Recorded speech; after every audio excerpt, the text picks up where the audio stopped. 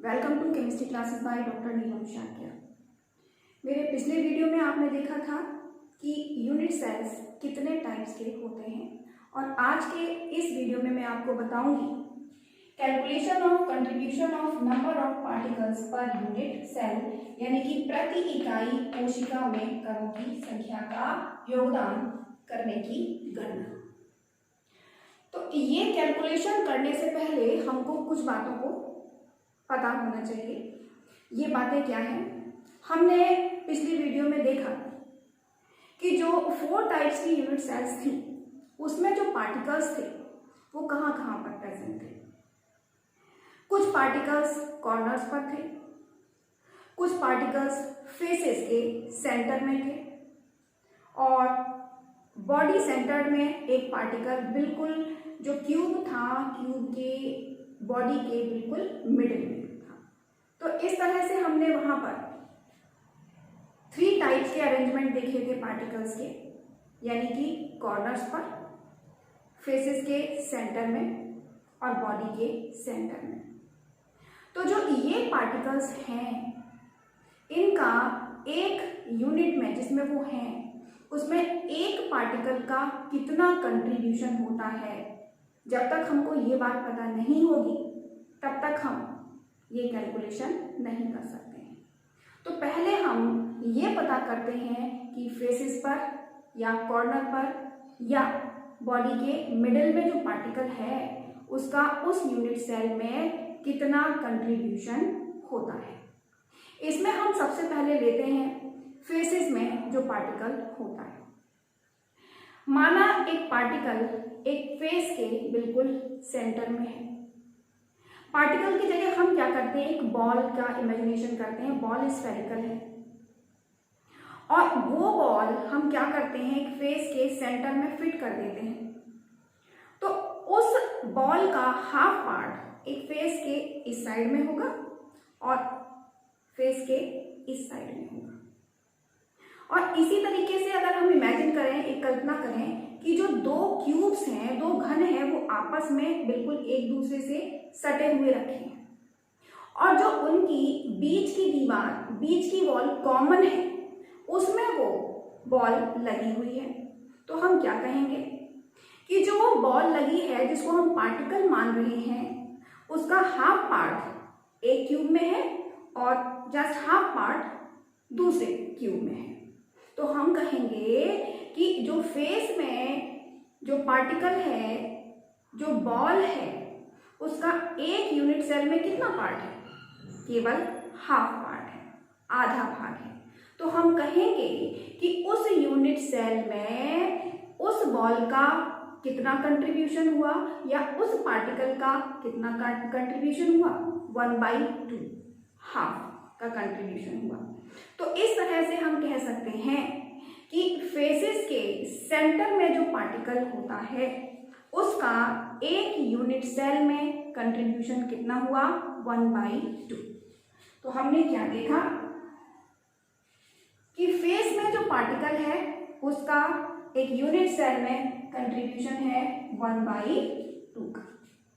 इसी तरह से क्यूब के कॉर्नर में जो पार्टिकल होता है उस पार्टिकल का कॉर्नर में जो कंट्रीब्यूशन होता है एक यूनिट सेल में वो होता है 1/8। तो हम कहेंगे कि कोई भी पार्टिकल अगर क्यूब के कॉर्नर में है तो एक यूनिट सेल में उसका कंट्रीब्यूशन कितना होगा, 1/8 का। और अगर जो पार्टिकल है वो पूरी यूनिट सेल के बिल्कुल सेंटर में है, क्योंकि वो यूनिट सेल के बिल्कुल सेंटर में है तो उसका कोई पार्ट अदर यूनिट सेल में, अन्य यूनिट सेल में होने का सवाल ही नहीं उठता।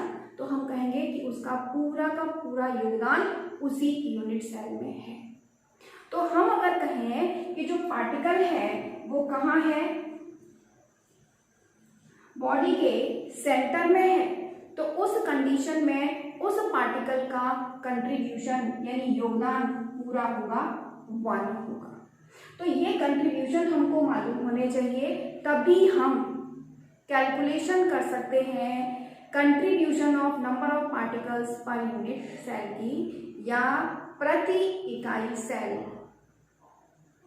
कणों की संख्या का योगदान। अब हम एक एक करके यूनिट सेल लेते हैं और उनमें per unit cell number of particles की कैलकुलेशन करते हैं। देखिए कैसे।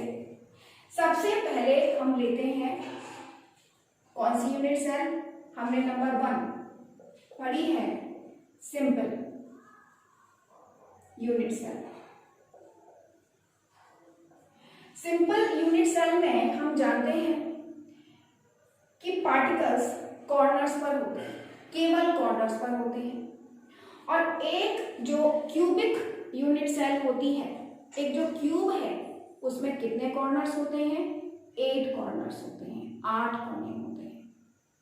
अब देखिएगा, हम पहले ही बता चुके हैं कि क्यूब के कॉर्नर पर एक पार्टिकल है, तो एक पार्टिकल का कितना योगदान होता है?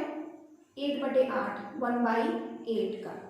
तो हम कहेंगे कि 1 पार्टिकल का कंट्रीब्यूशन है 1/8, एक कण का योगदान है 1/8। और यूनिट सेल में टोटल कितने पार्टिकल्स हैं? क्योंकि टोटल कॉर्नर है, कोने हैं 8, तो पार्टिकल्स भी कितने होंगे? 8। तो हम कहेंगे उन 8 पार्टिकल्स का यूनिट सेल में कंट्रीब्यूशन, तो 1/8 में हम क्या करेंगे? 8 से मल्टीप्लाई कर देंगे। और उस कंडीशन में हम क्या कहेंगे? क्या आ जाएगा यहां पर? 1।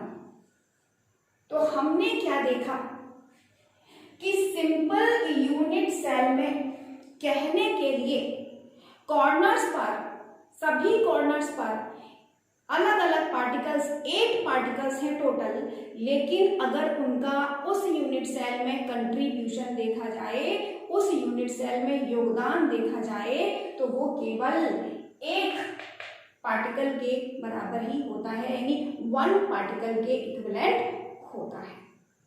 तो हम यहां पर कह सकते हैं कि contribution of number of particle per unit cell in simple unit cell equals to 1। यानी कि सिंपल यूनिट सेल में कितने पार्टिकल्स का योगदान है?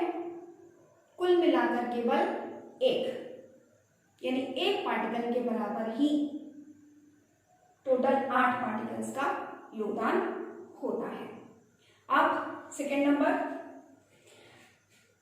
सेकेंड यूनिट सेल हमने पढ़ी है face centre unit cell. Face centre cell में, फेस सेंटर्ड यूनिट सेल में आपने क्या देखा कि जो पार्टिकल्स हैं वो सभी कॉर्नर्स पर होने के साथ में सभी फेसेस के सेंटर में भी होते हैं। तो इसका मतलब कॉर्नर्स के पार्टिकल्स का भी कंट्रीब्यूशन होगा और साथ में फेसेस में जो पार्टिकल्स हैं उनका भी उस यूनिट सेल में कंट्रीब्यूशन होगा। अब हमको मालूम है, हमने जो यूनिट सेल ली है वो क्यूबिक ली है, और क्यूबिक यूनिट सेल में कॉर्नर पर एक पार्टिकल है, उसका कंट्रीब्यूशन है 1/8 का।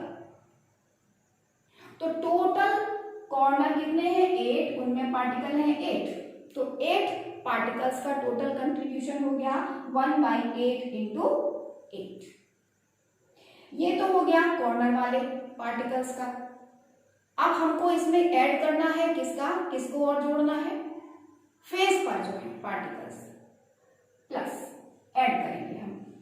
फेस पर जो पार्टिकल्स होते हैं हम पहले ही समझ चुके हैं, एक पार्टिकल का कंट्रीब्यूशन यानी योगदान होता है 1/2 का। और एक क्यूबिक यूनिट सेल में कितनी फेसेस होती हैं? टोटल 6। तो देखिए कैसे, यानी कि एक फेस पर जो पार्टिकल है उसका कंट्रीब्यूशन है 1/2 का। तो जो 6 फेसेस हैं उन सभी में जो 6 पार्टिकल्स हैं उनका कितना कंट्रीब्यूशन है? तो हमें क्या करना पड़ेगा? 1/2 में 6 से मल्टीप्लाई करना पड़ेगा। तो यहाँ कितना आ गया? यानी कि यहां पर जब हम कैलकुलेट करते हैं तो यहां पर निकल के आ जाएगा इक्वल 4। यानी कि फेस सेंटर्ड यूनिट सेल में टोटल 4 पार्टिकल्स के इक्विवेलेंट कंट्रीब्यूशन होता है। कहने के लिए पार्टिकल्स कितने हैं, 8 कॉर्नर्स पर हैं, 6 फेसेस पर हैं, लेकिन उन सभी पार्टिकल्स का जो कंट्रीब्यूशन है उस यूनिट सेल में, एक यूनिट सेल में, वो कितने पार्टिकल के बराबर है, 4 पार्टिकल के बराबर है। तो फेस सेंटर्ड यूनिट सेल के लिए हम क्या कहेंगे कि contribution of number of particles per unit cell in face centred unit cell equals to 4। यानी कि फेस सेंटर्ड यूनिट सेल में प्रति यूनिट सेल कितने कणों की संख्या के बराबर योगदान है, यानी 4 कणों की बराबर संख्या का योगदान है। अब हम थर्ड यूनिट सेल लेते हैं। थर्ड यूनिट सेल है body centred unit cell. Body centred unit cell में पार्टिकल्स कॉर्नर्स पर होते हैं, सभी कॉर्नर्स पर होते हैं, और साथ में उस यूनिट सेल की बॉडी के सेंटर में एक पार्टिकल है। और अगर यूनिट सेल कैसी है, क्यूबिक है, तो क्यूबिक यूनिट सेल में कॉर्नर पर एक पार्टिकल का कंट्रीब्यूशन है 1/8 और टोटल कॉर्नर है 8, तो हमको यहां क्या करना पड़ेगा, इंटू 8। यानी कि 1 पार्टिकल का कंट्रीब्यूशन है 1/8, तो कॉर्नर पर उपस्थित टोटल 8 पार्टिकल्स का कंट्रीब्यूशन कितना होगा, 1/8 इंटू 8। तो ये तो कॉर्नर्स के पार्टिकल्स का कंट्रीब्यूशन हो गया। अब हमें इसमें किसको ऐड करना है, जो उस यूनिट सेल की बॉडी के सेंटर में पार्टिकल है उसका भी कंट्रीब्यूशन इसमें ऐड करना है, उसको भी इसमें जोड़ना है। तो उस पार्टिकल का क्योंकि पूरा योगदान इसी यूनिट सेल में है, वो किसी भी यूनिट सेल से जुड़ा हुआ नहीं है, तो इसलिए हम यहां पर लिखेंगे +1 पूरा का। तो उस कंडीशन में टोटल कंट्रीब्यूशन कितना आ जाता है, यहां पर आ जाएगा 2।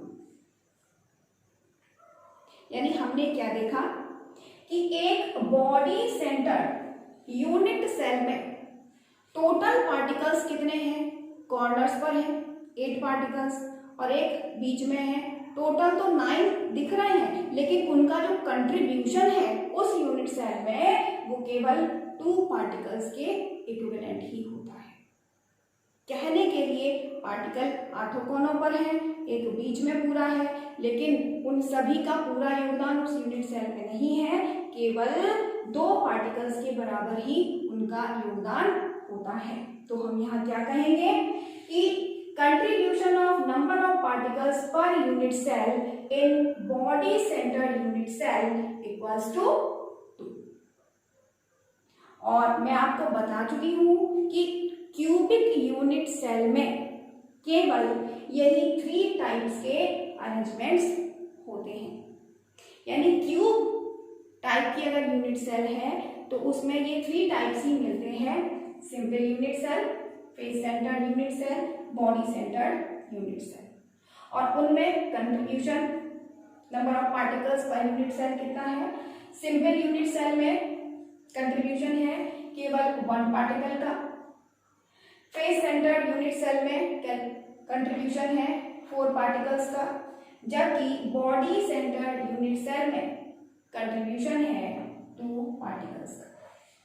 तो इस तरह से आप सभी को समझ में आ गया होगा कि हम किस तरह से number of particles per unit cell की कैलकुलेशन करते हैं।